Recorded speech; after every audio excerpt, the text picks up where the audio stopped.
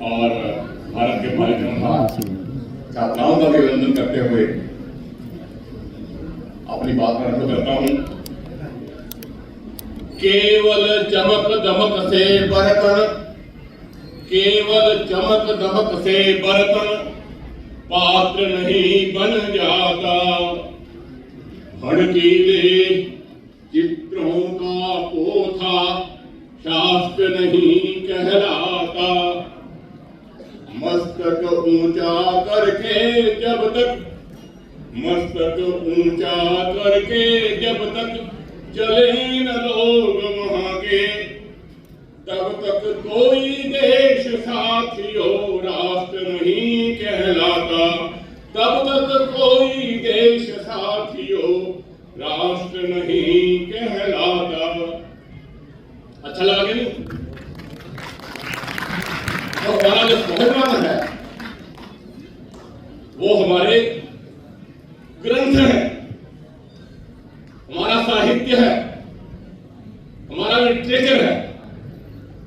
और मैं आपको क्या बताऊं, मुझे इतनी खुशी हो रही है। यहां पर बहुत बड़े बड़े फेस्टिवल्स में गया, नृत्य संगीत के कार्यक्रम देखे, भाषण प्रतियोगिताएं देखी, शास्त्र चर्चाएं देखी, किंतु ऐसे लिटरेरी फेस्टिवल के अंदर, हरियाणा लिटरेरी फेस्टिवल जैसे साहित्यिक समारोह के अंदर आने का जो मुझे अवसर मिला है, मैं गदगद हूं।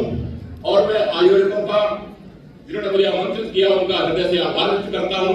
धन्यवाद जी। मुझे बहुत ही दिव्य आनंद की अनुभूति हो रही है, बहुत बड़े भाव उमड़ रहे हैं।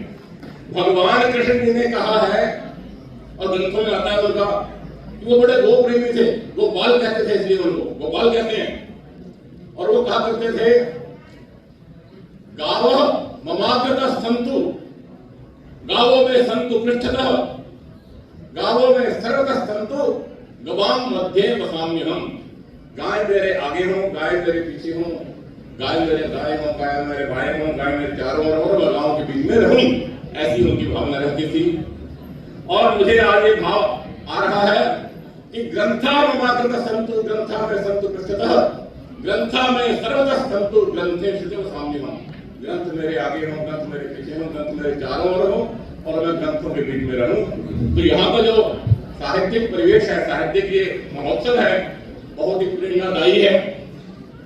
मैं संस्कृत का विद्यार्थी रहा हूं और सारे हरियाणा प्रदेश के अंदर मुझे गुरुकुलों में, संस्कृत महाविद्यालय में जाने का अवसर मिलता है, बातचीत करने का अवसर मिलता है, अपनी बात कहने का अवसर मिलता है।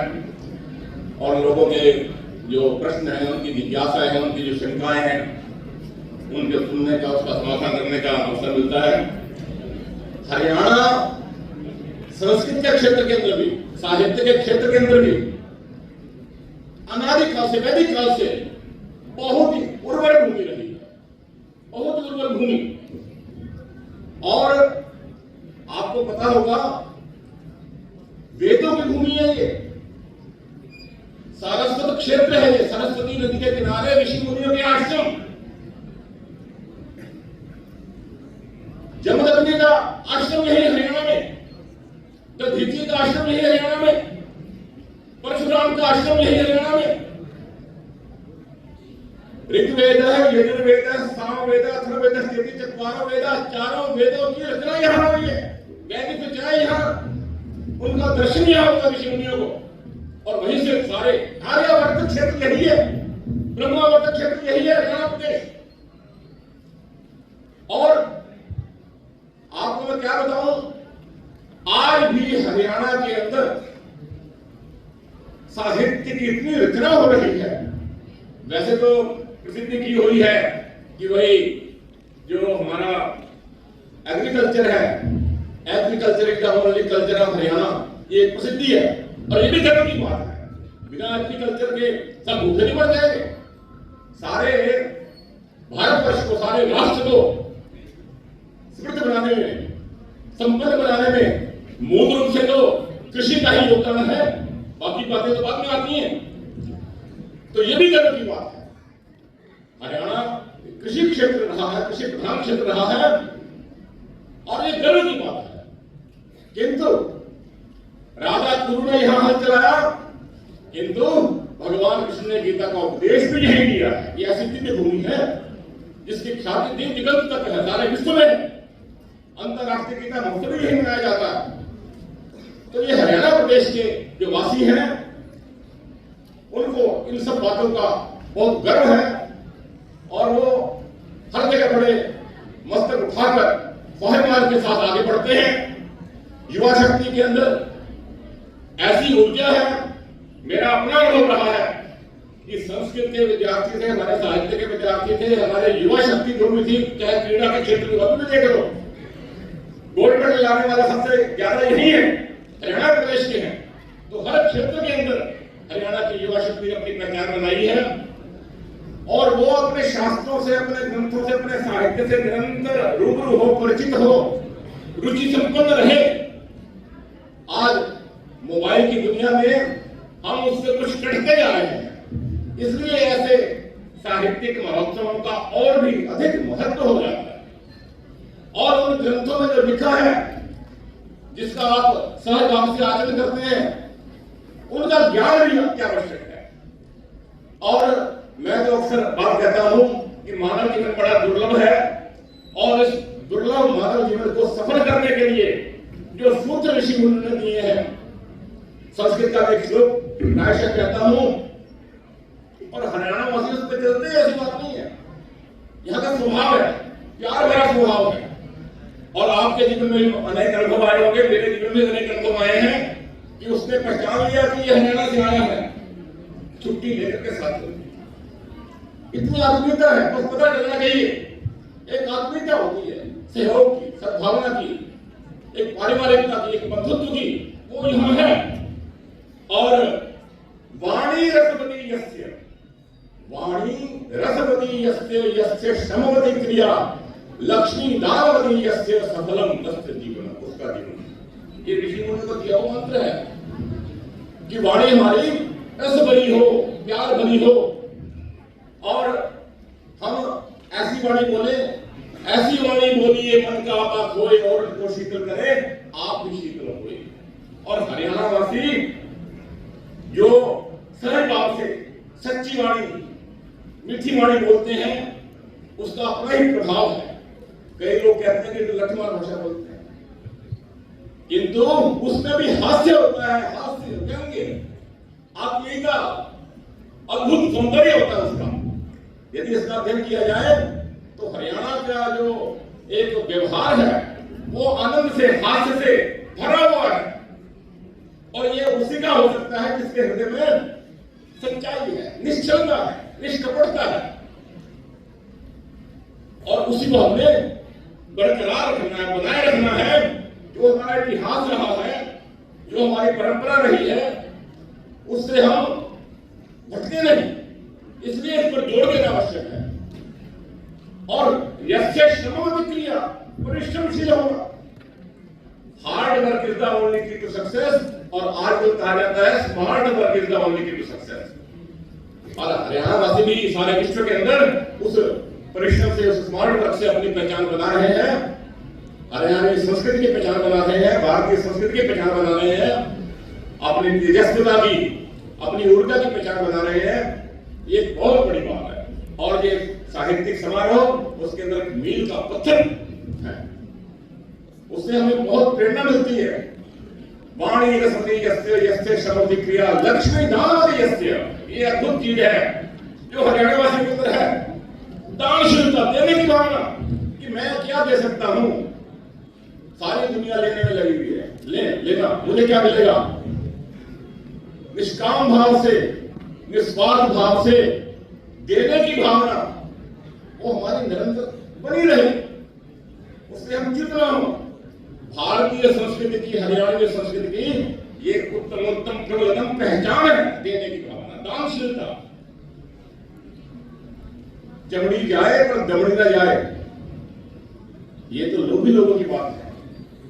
और जो हमारे हरियाणवी युवा हैं वो भी इस दानशीलता की प्रवृत्ति में अपना परचम फहरा रहे हैं।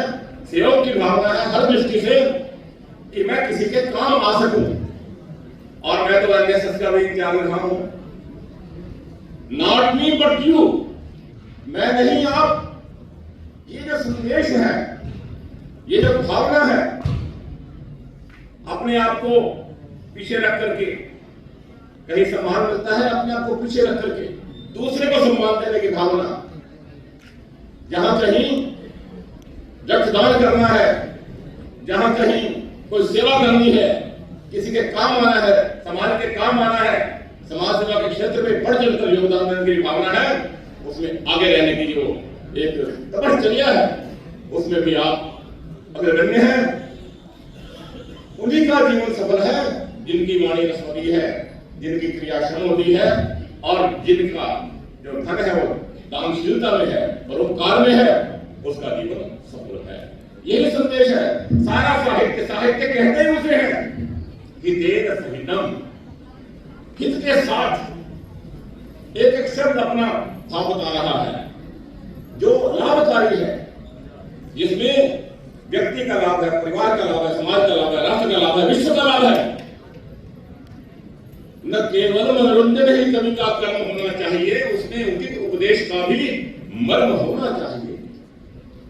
तो सबके लिए जो हितकारी है, लाभकारी है, वही सच्चा साहित्य है, असली साहित्य है, वही साहित्य पदवाच्य है। नहीं तो वो साहित्य की श्रेणी में आता ही नहीं, साहित्य की कोटि में आता ही नहीं। चाहे कविता है, चाहे कहानी है, चाहे उपन्यास है, चाहे नाटक है, चाहे चंपू है, जितना भी साहित्य। और हरियाणा के अंदर बताऊं, आज भी हरियाणवी भाषा में भी, हिंदी भाषा में भी साहित्य खूब रचा जा रहा है, हर विधा में रचा जा रहा है, और संस्कृत में भी खूब रचा जा रहा है। पता नहीं है लोगों को। जो हरियाणवी भाषा के सूर्य कवि है, बच्चों को पता होगा, युवाओं को पता होगा, सबको पता ही है। कौन है, बता सकते हैं? हरियाणवी भाषा के सूर्य कवि। शाबाश, आवाज आ रही कहीं से? दादा लक्ष्मीचंद जी, निसंकोच, सबको पता है। अब उसकी फिल्म, उनकी फिल्म भी आ चुकी है। कोई उनके मुकाबले का कवि नहीं है। इसको रेखांकित करने की आवश्यकता है, प्रचारित प्रसारित करने की आवश्यकता है। समय कम है, मैंने अपनी बात कह दी है। और ऐसे ही संस्कृत के भी सूर्य कवि है यहाँ, और मैं तो बड़े गर्व से कहता हूं कि वो हमारे गुरु जी रहे, जिन्होंने महाकाव्य लिखे, महाकाव्य संस्कृत में महाकाव्य लिखे, विवेकानंद चरितम लिखा। विवेकानंद जी के गुरु जी के ऊपर रामकृष्ण परमहंस महाकाव्य चरितम लिखा, और उनकी जो धर्मपत्नी शारदा ने जिनका चरितम लिखा, गीता के ऊपर पूरी व्याख्या लिखी, कुरुक्षेत्र का परिचय ग्रंथ लिखा, और हजारों शास्त्री जनों को, आचार्य जनों को पढ़ा करके समाज की सेवा में, संस्कृत की सेवा में आगे प्रेरित किया। और सभी अपने अपने क्षेत्र के अंदर धुंधुल जा रहे हैं। और बस एक बात मैं और कहूंगा कि संस्कृत के अंदर ज्ञान विज्ञान की भी बड़ी भारी परंपरा है। गीता जयंती के ऊपर हमने एक प्रदर्शनी में लगाई थी इसकी, ये अपना जो भारतीय ज्ञान विज्ञान परंपरा के अंदर संस्कृत का योगदान है। अगस्त संहिता के अंदर वेद के निर्माण की विधि का श्लोक है। संस्कृत का मतलब ही है श्लोक, मंत्र, सूत्र, उन्हीं में सारी बातें हैं। सारा ज्ञान विज्ञान उनमें भरा हुआ है। बातें मुझे बहुत करनी थी, किंतु सूचना आ चुकी है, इस समय बहुत हो चुका है। बस एक श्लोक पढ़ करके मैं अपनी वाणी को विराम दूंगा। सर्वे भवन्तु सुखिनः, सर्वे सन्तु निरामयाः, सर्वे भद्राणि पश्यन्तु मा कश्चित् दुःखभाग् भवेत्। धन्यवाद।